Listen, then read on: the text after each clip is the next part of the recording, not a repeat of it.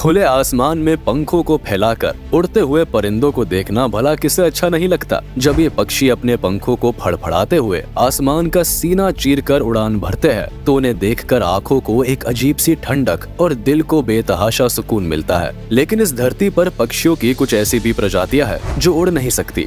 Birds होने के बाद भी ये स्पीशीज ऐसे फीचर से वंचित है। तो चलिए आज के इस एपिसोड में हम आपको 10 ऐसे ही पक्षियों की प्रजाति से रूबरू कराते हैं जो पंख होने के बावजूद भी उड़ नहीं सकते। बस आप इस वीडियो में हमारे साथ अंत तक जरूर बने रहिएगा, क्योंकि हमारा आज का ये वीडियो आपके लिए काफी इंटरेस्टिंग होने वाला है।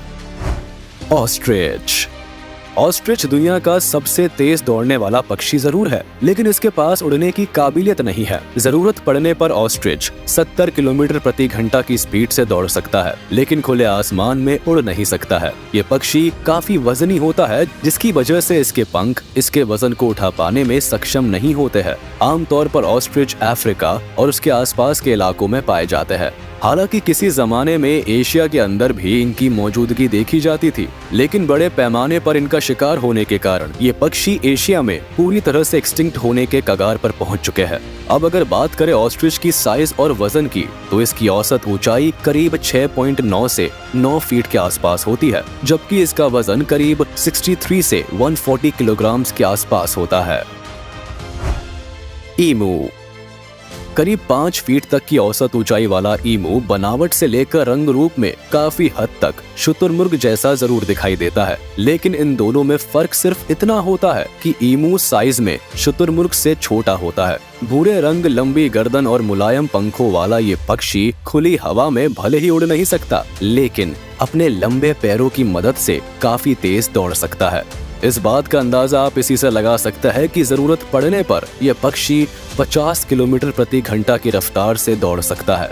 आमतौर पर ऑस्ट्रेलिया में पाया जाने वाला ये पक्षी वैसे तो मुख्य रूप से पेड़ पौधे और कई तरह के कीड़े मकोड़े को खाकर अपना गुजारा करता है, लेकिन इसकी सबसे बड़ी खासियत ये होती है कि ईमू बिना कुछ खाए भी कई दिनों तक आसानी से सरवाइव कर सकता है। Emperor penguin.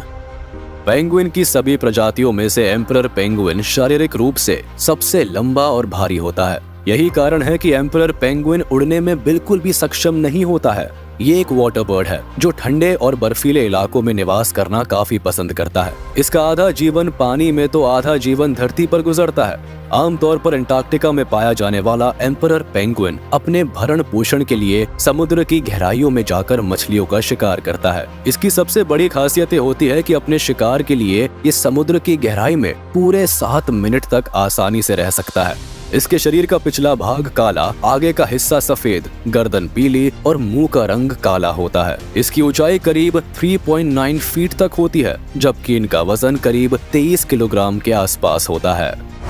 टाकाए।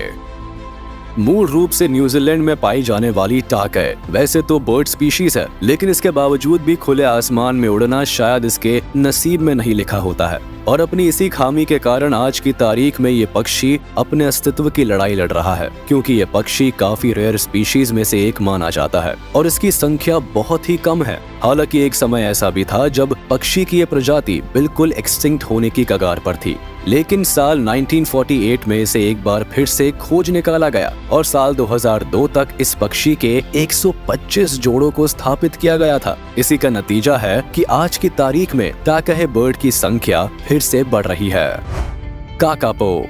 तोते जैसा शरीर और उल्लू जैसा मुंह रखने वाली काकापो बर्ड को पहली नजर में देखकर ये बिल्कुल भी समझ नहीं आता कि आखिर ये है क्या चीज। दिखने में ये पक्षी उल्लू और तोते का मिक्सचर लगता है और इसलिए इसे आउल पैरेट के नाम से भी जाना जाता है। लेकिन अफसोस की बात तो ये है कि इसके पास पंख होते हुए भी यह आकाश में उड़ान नहीं भर सकता। हालांकि उल्लू की तरह ही ये रात के समय में काफी एक्टिव होता है और दिन में छिपकर रहना पसंद करता है, लेकिन इसका वजन करीब 4 किलोग्राम के आसपास होता है और इसीलिए ये पक्षी उड़ने में सक्षम नहीं होता है। काकापो बर्ड को अभी तक सिर्फ न्यूजीलैंड में ही पाया गया है, जहां इसकी संख्या बहुत ही कम है और मौजूदा समय में ये पक्षी पूरी तरह से विलुप्त होने के कगार पर पहुंच चुका है। Guam rail. साइज में छोटा सा दिखने वाला ये पक्षी आमतौर पर अमेरिका में पाया जाता है। हालांकि लुक्स के मामले में तो गुआम रेल बर्ड भी बाकी के दूसरे पक्षियों की तरह ही दिखाई देता है, लेकिन दूसरे पक्षियों की तरह इसके पंख उतने विकसित नहीं होते हैं, जिसकी वजह से ये उड़ान भरने में सक्षम नहीं हो पाता है। 70 के दशक से पहले तक गुआम रेल बर्ड यूएस के गुआम इलाके में पाई जाती थी। यही कारण है कि इस पक्षी को गुआम नाम से जाना जाता है। कॉर्मोरैंट।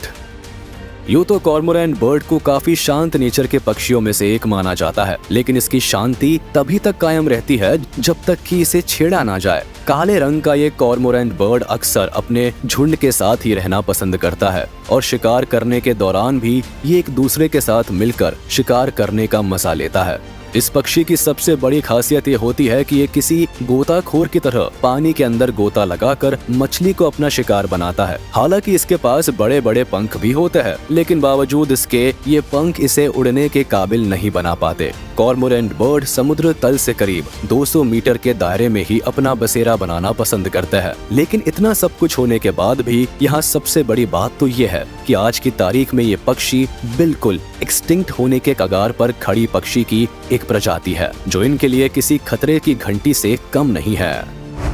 वैका।